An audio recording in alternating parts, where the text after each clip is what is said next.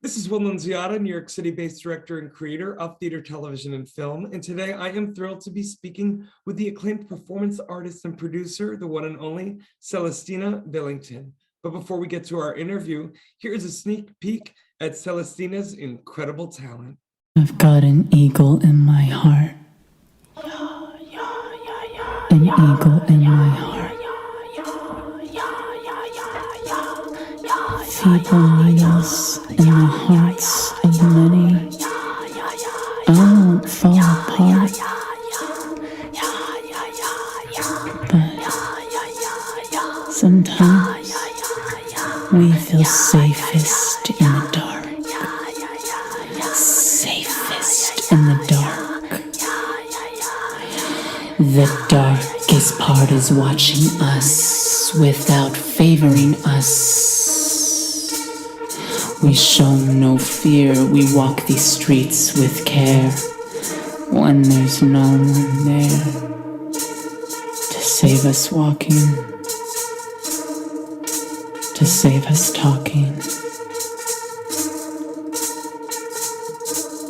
It's your turn, yes, it's your turn to see us walking, to hear us talking.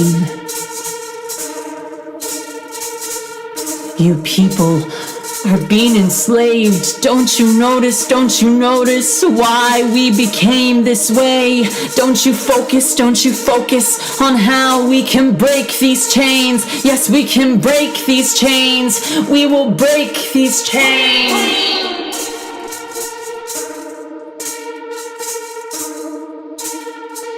And it all flows in. Break down the barrier, and it all flows in. We are the carrier.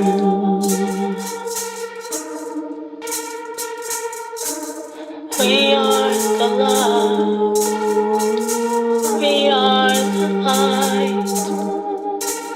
We are the future. And we shine so bright.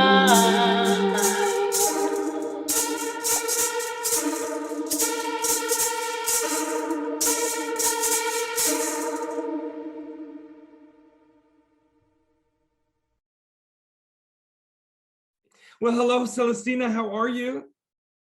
I'm doing very well, thank you. Celestina, it is so great to finally meet you, and I'm excited. The audience just got a little sneak peek of your incredible talent with jaguars in jumpsuits. Talk to me a little bit about how you came up with that whole idea for the performance piece and the music video. Well, it was made during the height of the coronavirus epidemic here in the United States. What happened is that myself and many of my colleagues were no longer able to work in museums and in theaters. So we all started looking for connection on Instagram, and I was connected to an incredible group of artists from all over the world. And I was able to convince them to work on the project with, at the time, this kind of very open concept. And so we all started meeting regularly on Zoom. And the project is, it's about freedom in a lot of ways. It's about the freedom to just exist. We shot in New York City, Los Angeles, Sydney, Australia. And I was directing remotely on Zoom. So there were people running around with like my face. And I'm like, okay, go into the water now and do your lines there, and then now cut.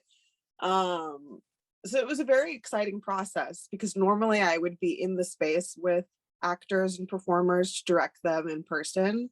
So directing over Zoom was challenging and exciting. And it was also my first foray into directing for film, because in the past I've directed for theater and for community art projects. So it was really a great privilege And it led to a lot of other amazing opportunities that, I never foresaw in the past. Like I was able to work on a film with Lionsgate and art department because of Oh the my work that I, gosh. yeah. In what capacity did you work on that film? Well, I was an assistant to an art department Oh my lead. gosh, that's incredible. But Yeah. Celestina, when you're speaking, I'm thinking about a lot of the artists I spoke with. A lot of artists had to, a lot of people are calling it the hashtag pandemic pivot. But I love the fact that you were able to use tools in your tool belt in a new way because, in just my research of you, Celestina, it seems like in every art form you've ever been a part of, especially as a performance artist, a contemporary performance artist, you've always seemed to have the 360 in your mind. So it makes sense, at least for me, viewing the video, that you would foray eventually into directing film with this cinematic landscape of a mindset you've always had. Did you ever think of it like that? Or is that just me? Well, thank you. Yes, I think that that's true because when I was coming up as a young person in the theater, my career started in theater from a young age, Yeah. in Houston. And so it was just natural for me to continue on that path. But once I started in my undergraduate, I transitioned into creative writing because, like you said, when I was imagining the different projects that I had going on, there was a 360 view that I had when I pictured the worlds that these characters were inhabiting, their characteristics. And so I've always loved film, and it does feel like a natural transition. Well, I also love that you're taking all of your skill sets and, dare I say, also, exploring the 360 landscape of what it is to be an artist. You're right now getting your master's in arts admin at Columbia University. Oh, I don't know, just some Ivy League school during a pandemic. And on top of that, you're a panelist for the Houston Arts Alliance, where you're basically helping decide which artists get grants during this tricky time. I mean, Celestina, you're a Renaissance person, but also you have this amazing ability to give.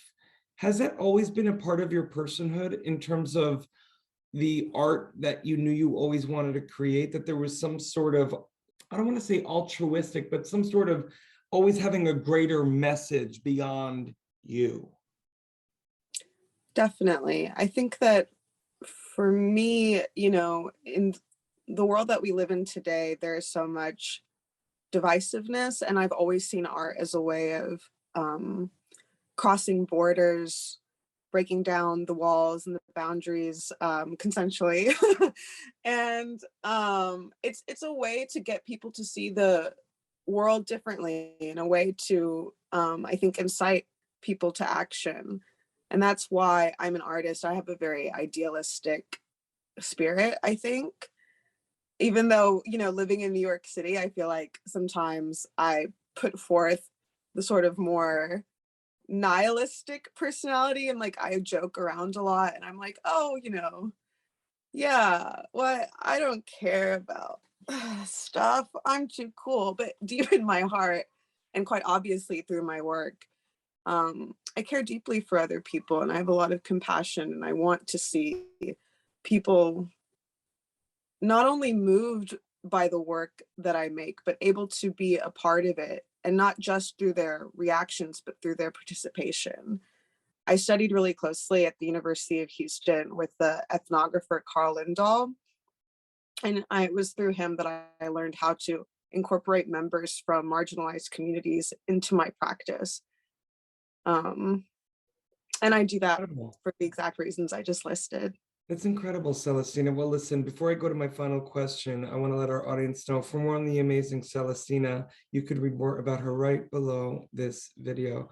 Celestina, in looking ahead to 2022, are there any projects in particular that you're excited about in terms of releasing sooner rather than later? Yes, well, I've been invited to join a commission with Collab Arts in Queens, and I'd be working with a housing community in Queens. I'm still in talks with collab. So we'll see if that ends up panning out. But either way, I'm very excited to be building a network with their team. And I'm also continuing at Columbia University and excited to be publishing a write-up on my website, CelestinaBillington.com, where I'll be discussing City Artist Corps, which was a multi-million-dollar initiative here in New York City. I was one of the grantees, and I'll be discussing my experiences with receiving that grant and with that opportunity. Celestina, congratulations with all you have going on.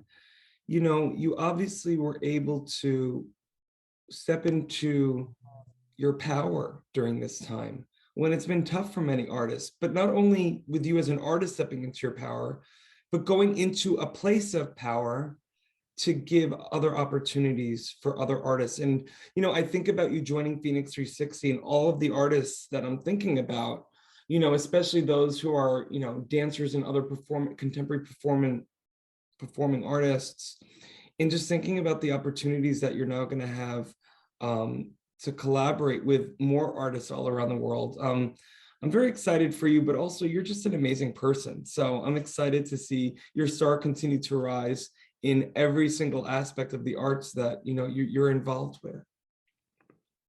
Well, thank you so much. This has been a wonderful talk. I feel like I'm getting like a really lovely pat on the back. Or rather, I just feel seen. Thank you. Thank you for that. I see and hear you. And again, I think I touched on this a little bit offline, Celestina, but this has been a blessing for me to be able to witness firsthand via Zoom, but, you know, still firsthand, the fact that there is so much more that we share as people, especially artists. There's a universality and a transcendent language and a power in what we do, and especially in a time like this. And I'm so happy that you're one of the people holding the baton for not only artists today, but, you know, for the young Celestinas out there who, you know, who may be told, you know, you can only do one thing. No, you can do everything and anything. Definitely. It was very nice to meet you. It was wonderful to meet you too.